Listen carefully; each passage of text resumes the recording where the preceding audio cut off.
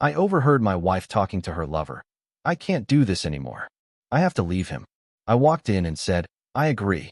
Then I threw a packed suitcase on the bed. She was left speechless as her secret escape plan was suddenly exposed.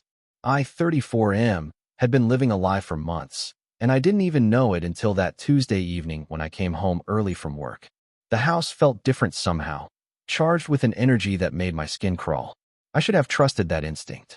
I was heading upstairs to change when I heard my wife's voice drifting from our bedroom. She was on the phone, and her tone was softer than anything I'd heard from her in years.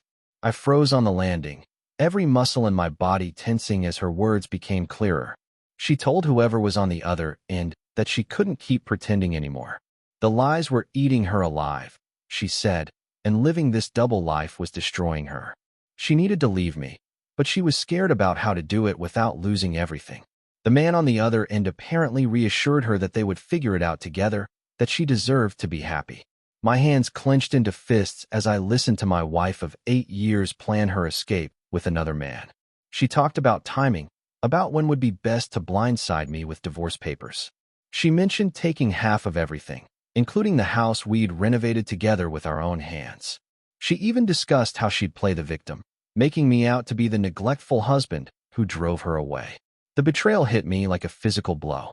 I stood there for what felt like hours, but was probably only minutes, listening to her orchestrate the destruction of our marriage with clinical precision.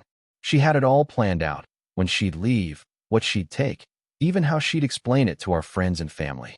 But here's the thing about being betrayed so completely, it clarifies everything. All the little signs I'd ignored suddenly made perfect sense. The late nights at work that weren't really work. The new clothes she claimed were for a confidence boost. The way she'd started showering immediately after coming home. The phone calls that stopped abruptly when I entered the room. I realized I'd been playing defense in my own marriage for months without even knowing there was a game. So I made a decision that would change both our lives forever. I went downstairs and grabbed the suitcase from our closet. I'd bought it for our honeymoon, back when I thought we'd travel the world together. Instead, it was about to become the symbol of her departure. I packed it methodically with her clothes, her toiletries, her jewelry, everything that was unmistakably hers. I even included some photos of her family and a few personal items that I knew she'd want. The whole time, I could still hear her voice upstairs, now discussing when they could finally be open about their relationship. She talked about introducing him to her sister, about how excited she was to start this new chapter of her life. She never once mentioned feeling guilty about what she was doing to me. When I finished packing, I carried the suitcase upstairs. She was still on the phone, lying on our bed like she owned the place. She was telling him that she'd probably wait another month before making her move, that she wanted to make sure she had all her ducks in a row first. I walked into the room and cleared my throat. She looked up at me with those eyes that I'd once thought were beautiful, now cold and calculating. She quickly told him she had to go and hung up, but not before saying she loved him. That's when I threw the suitcase onto the bed next to her. Her face went completely white. She stared at the suitcase like it was a bomb, then looked up at me with genuine terror in her eyes. She asked me what was happening, her voice shaking in a way I'd never heard before. I told her I'd heard everything, every single word of her conversation, her escape plan, her timeline, her strategy for taking me to the cleaners. I explained that I'd done her a favor by packing her things, since she was so eager to start her new life. She tried to deny it at first, claiming it wasn't what it sounded like. But I cut her off and told her exactly what I'd heard. The part about playing the victim, about timing the divorce for maximum financial impact, about how relieved she'd be to finally stop pretending to love me.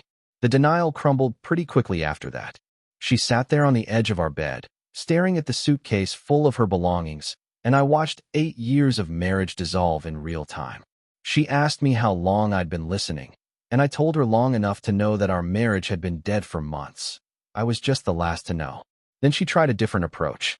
She started crying and telling me how sorry she was, how she never meant for it to happen this way. She claimed she'd been planning to tell me eventually, that she hadn't wanted to hurt me. But I reminded her that I'd just heard her planning to blindside me with divorce papers while painting me as the villain to everyone we knew. The tears stopped pretty quickly when she realized manipulation wasn't going to work. What happened next surprised even me. Instead of getting angry or dramatic, I felt completely calm. I told her that I actually agreed with her. She couldn't do this anymore, and she did need to leave me. I said I was grateful to have overheard her conversation because it saved us both from prolonging something that was clearly over. She asked where she was supposed to go, and I suggested she call her boyfriend back. After all, they'd seemed pretty confident about their future together just a few minutes earlier. I reminded her that she'd told him she deserved to be happy, and I agreed, just not in my house. That's when the reality of her situation really hit her. She'd been so focused on her grand escape plan that she hadn't considered what would happen if she got caught before she was ready. Her boyfriend lived with his parents.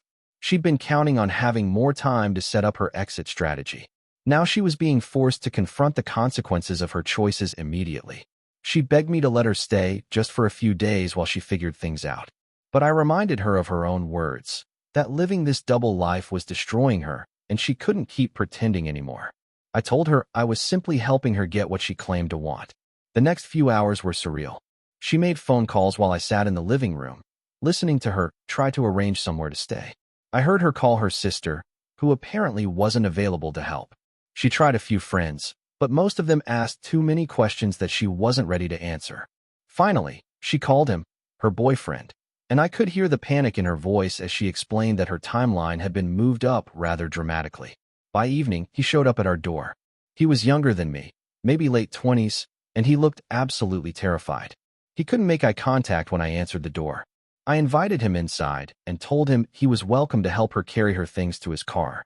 The whole situation was so awkward that I almost felt sorry for him. Almost. While they loaded her belongings, she kept looking back at me like she expected me to change my mind and ask her to stay. But I'd heard her true feelings in that phone conversation. She'd made her choice months ago. I was just making sure she followed through with it. Before she left, she asked me if we could talk about working things out. She suggested marriage counseling, claimed she'd been confused and hadn't known what she really wanted. But I told her I'd heard exactly what she wanted when she thought I wasn't listening.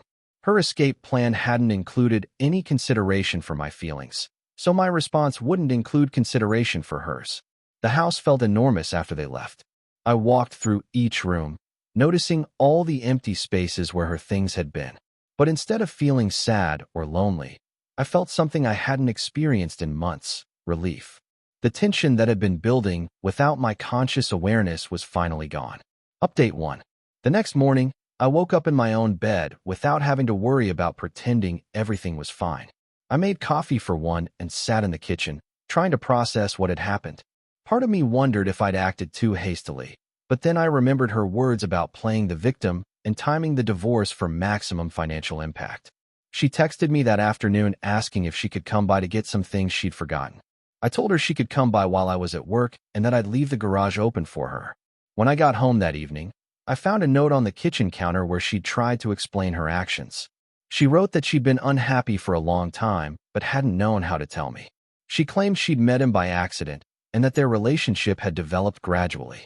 She insisted that she'd never stopped caring about me, but that she'd fallen out of love and hadn't known how to handle it maturely. The note included an apology and a request to talk things through like adults. She suggested we could have an amicable divorce and remain friends. She even offered to split everything 50-50 without lawyers if I'd be reasonable about the whole situation. I found it interesting that now she wanted to be fair and amicable, when just days earlier she'd been planning to take me for everything she could get. I didn't respond to the note. Update 2. About a week later, her sister called me. She wanted to know what had happened because my wife had shown up at her place with a story about us growing apart and deciding to separate. She was suspicious because the timeline didn't make sense, and she'd noticed that my wife seemed panicked rather than sad. I didn't betray my wife's confidence by sharing the details, but I did tell her sister that my wife hadn't been honest about the circumstances of our separation. I suggested she ask my wife directly about the real reason she'd left if she wanted the truth. The next day, my wife called me furious. Apparently, her sister had confronted her with more pointed questions, and the story about mutual separation had fallen apart. Her family was now asking why she'd lied about the situation, and she blamed me for making her look bad. I reminded her that I hadn't told anyone anything specific. I'd simply declined to support her false narrative. Her sister had figured out on her own that something didn't add up. I suggested that if she didn't want to look like a liar, she should stop lying. She accused me of being vindictive and trying to turn her family against her. But I pointed out that her family's reaction was based on her own inconsistent story, not anything I'd said. If she wanted their support, she needed to be honest with them about her choices. The conversation ended with her hanging up on me. Update 3. 3 weeks after she moved out, I ran into one of our mutual friends at the grocery store. He mentioned that he'd heard about our separation and wanted to know how I was holding up. He said my wife had told several people that we'd been having problems for a while and had decided to take some time apart. I realized she was still trying to control the narrative, making it sound like a mutual decision rather than her getting caught planning her escape. I didn't correct him directly, but I did mention that I'd been surprised by the timing of her decision to move out. I suggested that if he wanted the full story, he should ask her about the phone conversation that had prompted her sudden departure. Word travels fast in our social circle. Within a few days, I started getting calls from friends asking what phone conversation I was referring to. My wife apparently realized that her carefully crafted story was beginning to unravel because she called me in a panic. She accused me of gossiping about our private business and demanded that I stop telling people about what I'd overheard. But I pointed out that I hadn't told anyone the actual details. I'd simply hinted that there was more to the story than what she was sharing. Her friend's curiosity was natural when faced with inconsistent information. She begged me to help her maintain her version of events, claiming it would be better for both of us if people thought our separation was amicable. But I reminded her that she'd forfeited the right to ask for my cooperation when she'd been planning to blindside me with divorce papers while painting me as the neglectful husband. I told her that if she wanted people to know the truth, she was free to tell them. But I wouldn't help her perpetuate lies about what had actually happened. Update 4. About a month after she moved out, I received divorce papers in the mail. Despite all her earlier talk about being amicable and fair, she was asking for alimony, half the house, and a significant portion of my retirement savings. Her lawyer had painted me as financially controlling and emotionally distant, claiming that she'd been forced to seek companionship elsewhere due to my neglect. I wasn't surprised, but I was disappointed. Even after getting caught red-handed planning this exact strategy, she was still trying to execute it. I realized that the tearful apologies and requests for reconciliation had just been her way of buying time to regroup and implement her original plan. I hired my own lawyer and provided him with a detailed account of the phone conversation I'd overheard. I explained that I had evidence of her premeditation in planning the divorce strategy, including her intention to play the victim and maximize her financial gain. My lawyer was fascinated by the story. He said it was unusual to have such clear evidence of a spouse's deceptive intentions before the divorce proceedings began. He assured me that her own words, as I'd reported them, would significantly undermine her claims of being the wronged party. When her lawyer received our response to the divorce petition, my wife called me in a rage. She accused me of being petty and vindictive, trying to use one private conversation to destroy her life. She claimed I was taking her words out of context and making her sound worse than she was. I reminded her that I was simply repeating back to her exactly what she'd said when she thought I couldn't hear her. If her own words made her sound bad, that wasn't my fault. That was her conscience telling her something important about her behavior. She threatened to make the divorce as difficult and expensive as possible if I didn't back down from my position. But I pointed out that she'd already shown me her hand by planning to do exactly that from the beginning. At least now we were both being honest about what this really was. The house sold 2 months later, and we split the proceeds down the middle. She got half of our shared assets, but no alimony and no claim on my individual retirement account. Her plan to play the victim fell apart when faced with evidence of her actual intentions. The last time I spoke to her was at the final divorce hearing. She looked tired and older somehow, like the stress of maintaining all her lies had worn her down. As we left the courthouse, she asked me if I thought we could have worked things out if I'd handled the situation differently. I told her that the conversation I'd overheard had shown me exactly how she really felt about our marriage and about me. Those weren't words spoken in anger or confusion. They were her true thoughts expressed when she believed she was safe to be honest. Working things out would have required her to actually want to be married to me, and clearly, she hadn't wanted that for a long time.